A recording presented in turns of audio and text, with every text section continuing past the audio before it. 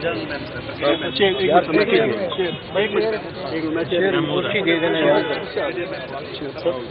اللہ الرحمن الرحیم.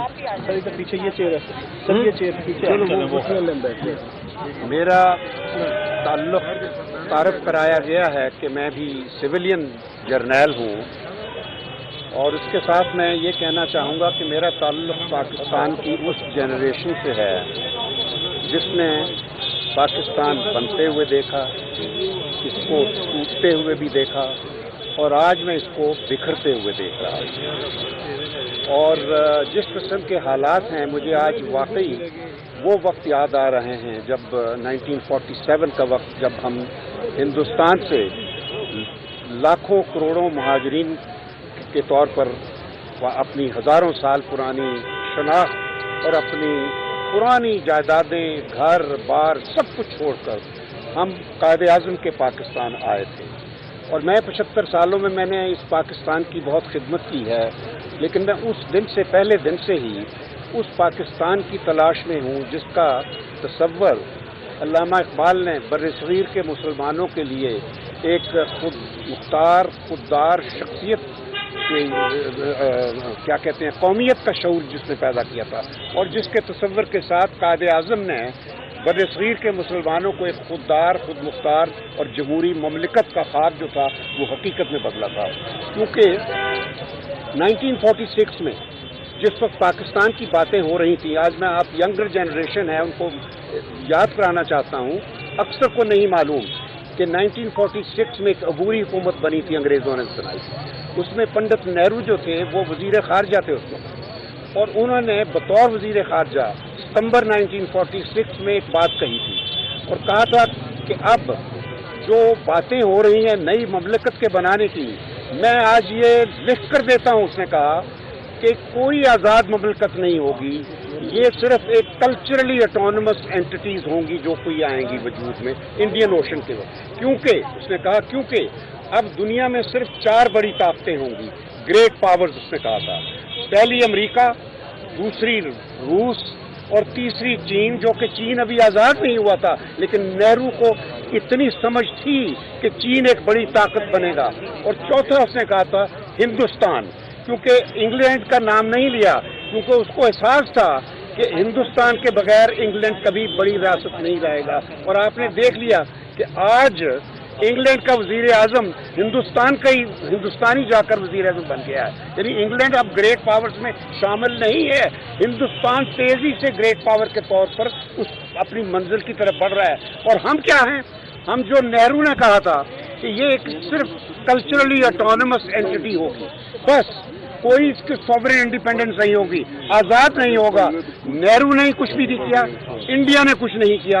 انڈیا نے توڑا ضرور تھا پاکستان کو، لیکن اس وقت ایک سیاستدان نے توڑا تھا، ایک ذوالفقار علی بھٹو تھا جس نے ایک پاگل جرنیل کو جو راتوں کو سوتا نہیں تھا اس کو آگے لگا کر فوج کو 75 ملین عوام کے خلاف لایا. اس وقت ایسٹ پاکستان کے 75 ملین پاکستانی تھے، ان کے خلاف فوج کو کھڑا کیا 30,000. تو نتیجہ ہوگا وہ ملٹری ڈبیکل جس سے ہمارا آدھا ملک کٹ گیا. تو میں کہنا یہ چاہتا ہوں کہ آج پھر وہی سچویشن ہے، آج اسی طرح وہ اسی قسم کا سیاستدان میدان میں آ گئے ہیں جو بھٹو کی نسل کے تھے. وہ زرداری ہے، بھٹو کہا جاتا ہے زندہ ہے، اور دوسری طرف شریف خاندان ہے. انہوں نے اپنے خزانے اس ملک کو لوٹ کر باہر بھر لیے ہیں.